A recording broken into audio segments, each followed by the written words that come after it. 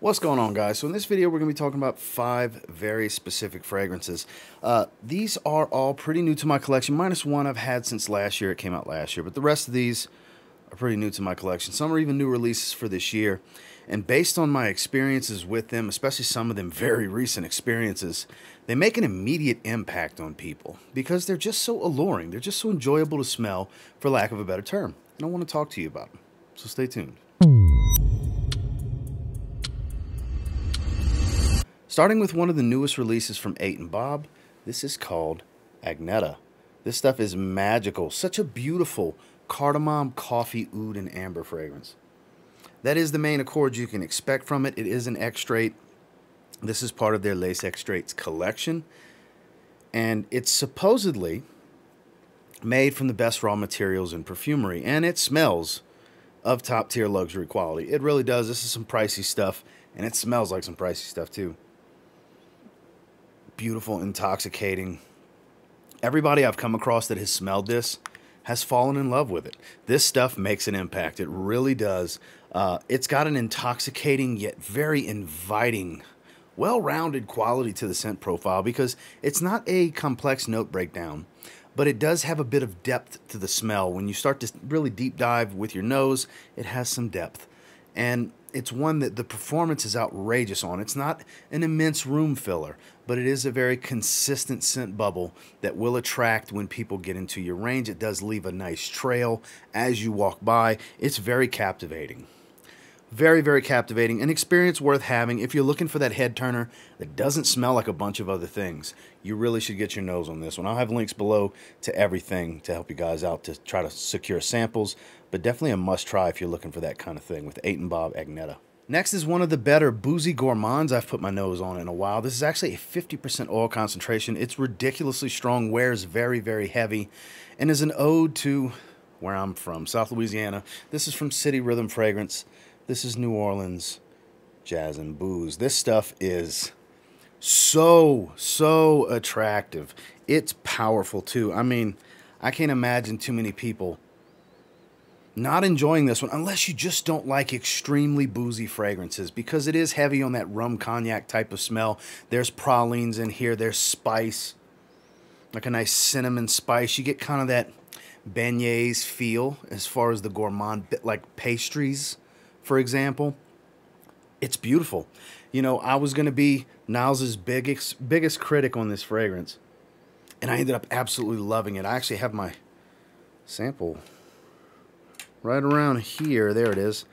I have my sample that he had sent me before it was released. It's down to the bottom because this stuff is magnificent. I'm so glad to have a bottle. This is absolutely sample worthy. If you like very boozy fragrances, if you like fragrances that have a strong gourmand feel to their scent profile, or if you like spicy, that's the 3 main takeaways from this one. It's very unique for what it is.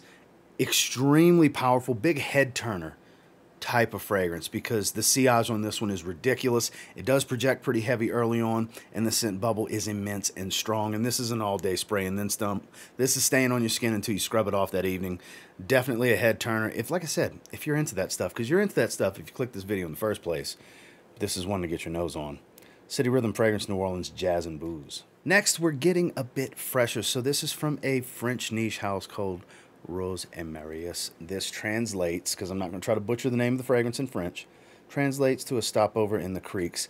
And funny story about this one, I featured it recently and told this story for those of you that didn't hear. The first time I gave this a full wearing, I went donate blood. I got 3 compliments at Vitalent, which is where I donate blood. And I was very surprised by that. Look, it's extremely unisex. It's very floral, watery, aquatic. Beautiful, soft and powdery. Not extremely powdery, but it has a soft powdery tone to it.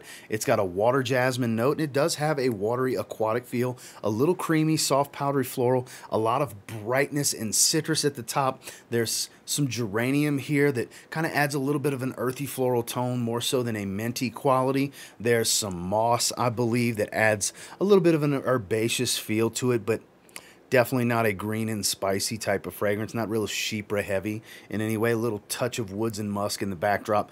This is magnificent. Better than I ever thought it would be at grabbing attention.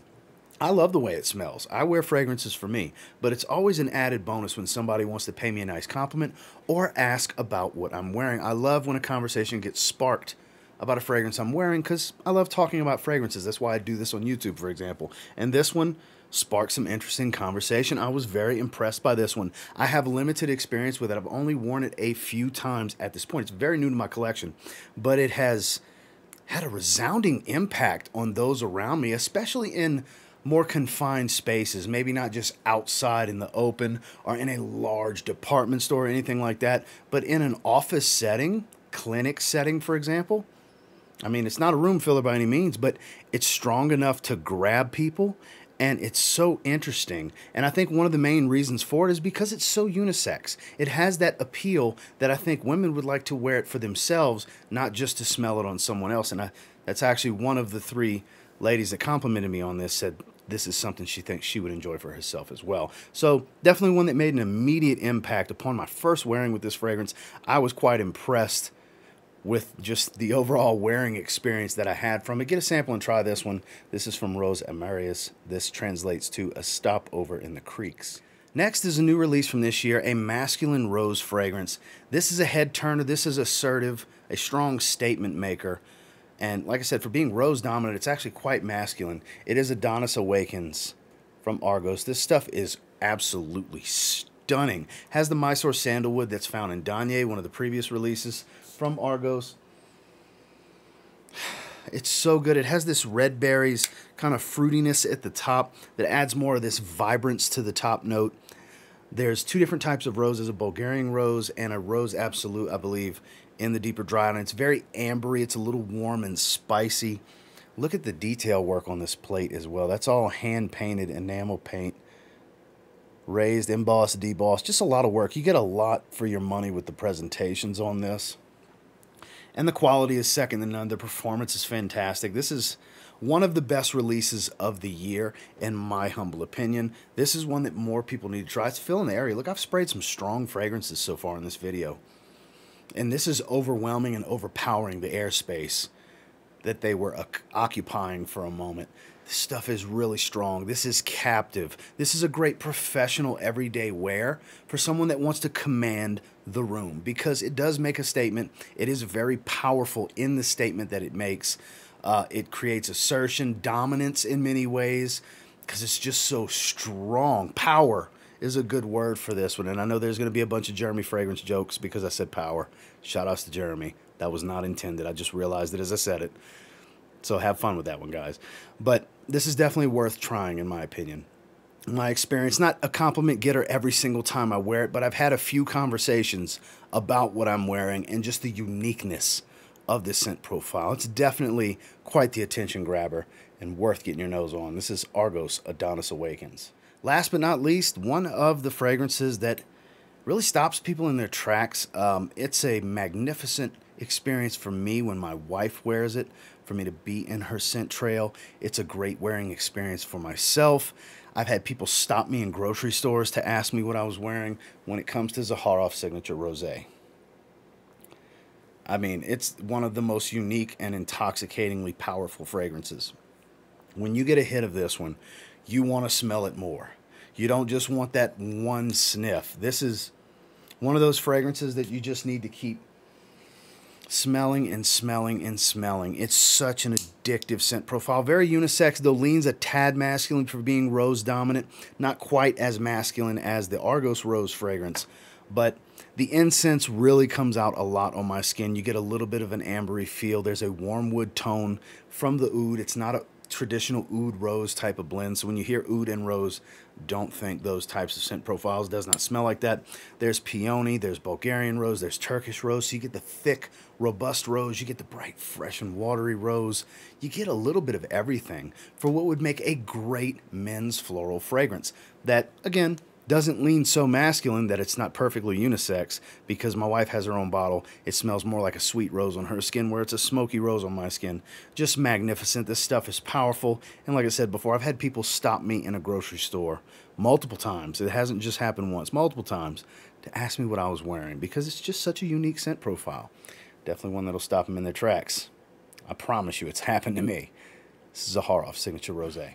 Well, short and sweet video, just 5. Only 5 this time. Could I have done 10? Sure, there's a lot of fragrances in my collection that have a strong impact, but these are 5 of at the top of the tier, the highest mark on the pedestal when it comes to, you know, stopping people in their tracks, creating conversation, just captivating people overall. And until next time, do me a real quick favor, go ahead and like, comment, subscribe. I do appreciate all the feedback, and I love hearing from you guys. Have you tried any of these 5, and what do you think about them? Are they on your list of things you need to try? Was this video helpful in any way, shape, or form by hearing my opinion and some of my experiences with them? I don't know. I'd love to hear about it in the comments. And until next time, I will say, if you get your hands on any of these 5 and you give them a spray now, I'm pretty confident you'll thank me later. Have a good one, guys.